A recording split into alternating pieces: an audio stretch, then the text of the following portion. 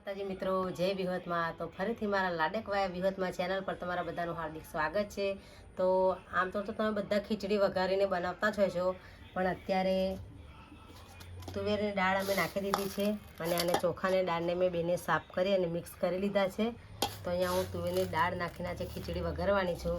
અને અહીંયા ધાણા લઈ લીધા છે, મરચાં છે, એક ડુંગળી લઈ લીધી છે, આપણે ટામેટું એક લઈ લીધું છે અને ખાયણીમાં લસણ અને જીરું મેં વાટી લીધું છે. તો હવે આપણે અને અહીંયા બધા જ મસાલા છે, તમે જોઈ લો. આ તીખું મરચું છે, આ લાલ પાવડર છે કલરફુલ, જીરું છે, ગરમ મસાલો છે, ધાણા મસાલો છે, હળદર છે અને રહી મેથી છે. આ બધા જ મસાલા આવા આપણે વઘારેલી ખીચડીમાં નાખવાના છે. તો હવે જે ટામેટાં અને ધાણા મરચાં છે એને આપણે સરસ પાણીમાં ધોઈ લેવાના. કોઈ પણ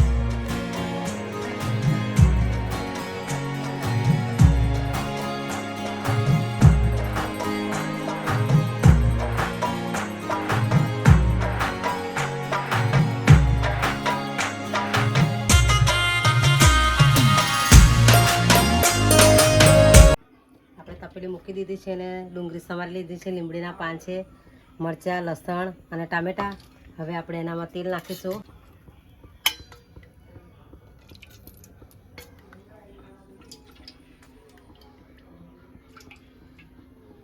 એટલે આપણે મેં જે જીરું હતું એને આપણે નાખીશું અંદર. રહી નાખી દઈશું. તેલ ગરમ થઈ ગયું છે, જીરું લસણ ઉકળે છે, જે આપણે ડુંગળી સમારેલી છે એને આપણે નાખીશું. અને જે આપણા લીમડીના પાન છે એને પણ આપણે મેં નાખી દઈએ. તેલમાં સુગંધ સારી આવે. જે આપણા ટામેટાં, ડુંગળી અને જે લસણ છે વાટેલું એને આપણે ત્રણે અંદર નાખી દઈશું.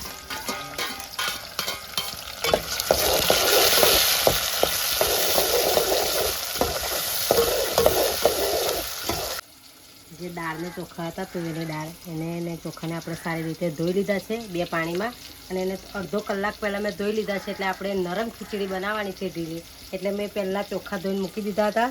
તો તમે જોઈ લો, ચોખા ધોઈને પછી આવા કંઈક થઈ જાય છે એટલે એનાથી આપણી ખીચડી એકદમ નરમ થશે. અને અહીંયા આપણી ડુંગળી, ટામેટાં, લસણ બધું થઈ ગયું છે એટલે આપણે એની અંદર નાખીશું હવે મસાલા. તો આ છે લાલ પાવડર ખીચડી છે એટલે આજે આપણે આટલો જ નાખીશું. અને આ છે તીખું મરચું, આપણે 1 ચમચી જેટલું નાખીશું. હળદર, જીરા પાવડર આપણે નાખીશું વધારે થોડો. ના છે ગરમ મસાલો એટલે આપણે 1.5 ચમચી જેવો નાખી દઈશું. અને એના અંદર આપણે નાખવાનું છે હવે સ્વાદ મુજબ મીઠું.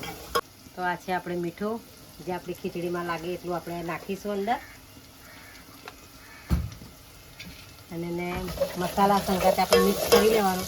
અને તમે જોઈ લો, એકદમ આપણા તેલમાં બધા જ મસાલા ફ્રાય થઈ ગયા છે. હવે જે આપણા ધોયેલા ચોખા છે ને એને આપણે અંદર નાખી દઈશું.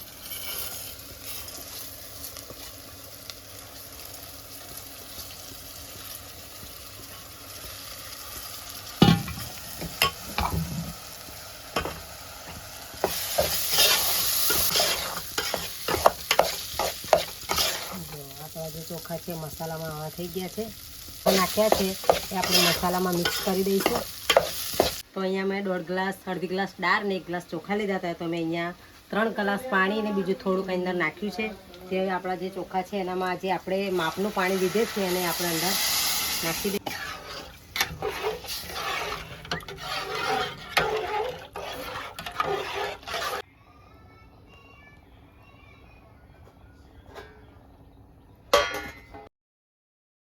આપણી ખીચડી થઈ ગઈ છે રેડી. તો તમે જોઈ લો કે આપણી ખીચડી એકદમ સરસ બનીને રેડી થઈ ગઈ છે.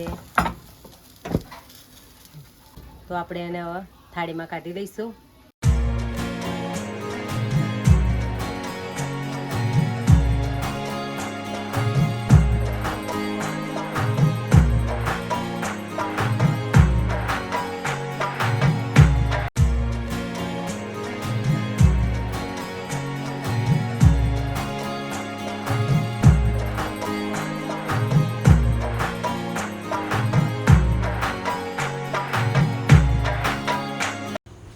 તો મારો વિડીયો કેવો લાગ્યો, વિડીયો ગમે હોય તો લાઇક શેર સબસ્ક્રાઈબ કરી દેજો. લાડકવાયા ચેનલ પર નવા હોય તો સબસ્ક્રાઈબ કરવાનું ના ભૂલતા. બધાને જય માતાજી. ફરીથી મળીશું નવા વિડીયો સાથે. ત્યાં સુધી બાય બાય.